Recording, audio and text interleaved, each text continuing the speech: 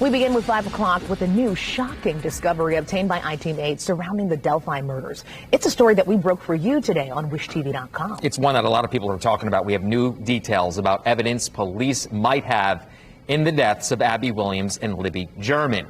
And it comes from a police interview with Kegan, Kline, the man now in jail, accused of creating a fake social media account to get sexual pictures and videos of underage girls. I-Teammate's Demi Johnson has been on this case since day one. She joins us now with more. Demi. Hey, Phil. Yeah, this transcript is 194 pages long. It was given to us by the founders of the Murder Sheet podcast, who have been following the case and obtained the court documents.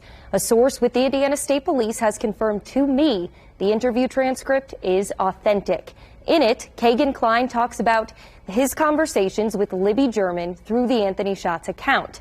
And for the first time, we see words from state police about whether they believe Kline was involved in Abby and Libby's murders.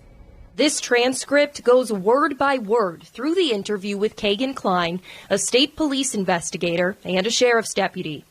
It was in August 2020 as police were arresting Kline on more than 30 child porn-related charges connected to the Anthony Shots social media account. I-Team 8 first reported in December of last year that Kline was connected to the account. Police are focusing on a fake social media account. And News 8 has learned that same account is tied to a child porn case here in Indiana. And that investigators in the Delphi murders were aware of it in the days immediately after the deaths of Libby German and Abby Williams. During the interview, Kline admits using the account to get sexual photos and videos of underage girls. He also admits having contact with Libby German.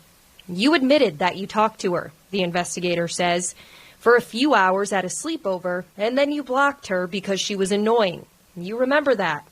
Kline responds saying, "You're right. Yeah." But investigators believe that's not all. When Kline denied exchanging photos and messages with German, a state police detective says, "I'm telling you, it's fact. You did, okay? Because the Anthony Shots persona, that the fake account you admitted to making, communicated with Liberty German on Snapchat and Instagram, and that it was not just for a couple of hours." They also tell Kline another witness was messaging with Anthony Shots, who says Shots admitted he was supposed to meet Libby, but she didn't show up. The interview also gives the first public indication that two people may have been using the Anthony Shots account. As detectives detail February 13th, 2017, the day Abby and Libby went missing, investigators tell Kline, 8 o'clock in the morning at your house where you and your dad lived, two separate devices. See the numbers here, how they're the same? Log in, log out. One device, log in, log out, all within minutes of each other to the same Anthony Shots Snapchat account. The detective also tells Kline, regardless of what you say, there are two different authors of those messages. They're not both you. They're both your devices, but the phrasing is different. It changes. It's not the same person.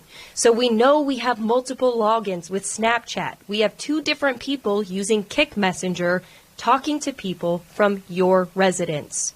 Kline denied knowing who else might have accessed the account. During the interview, Kline twice references a polygraph test he was given in the Delphi murder investigation, and both times indicates police told him he failed the test. And just before the interview ends, the detective reminds Kline that when he was asked if he knows who killed Libby and Abby, you said no both times in your polygraph. And guess what? That was deception. Now, several times throughout the interview, Kline denies killing Abby and Libby. We want to be clear, Kline has not been charged in their murders. In fact, no one has been arrested in the case.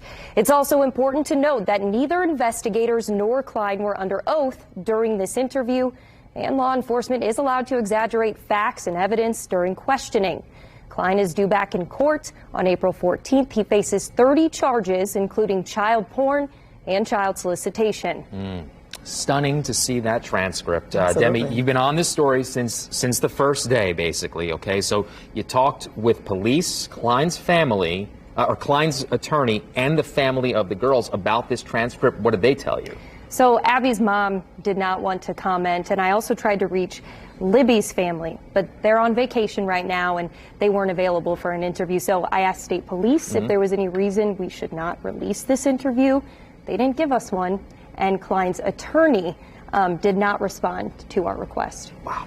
Tammy, you've been staying on top of this. I know you will continue to talk to family, talk to police with any updates that, might be available to us. Until then, we'll make sure that we check back in with you to get more thorough views of this case. Fantastic job.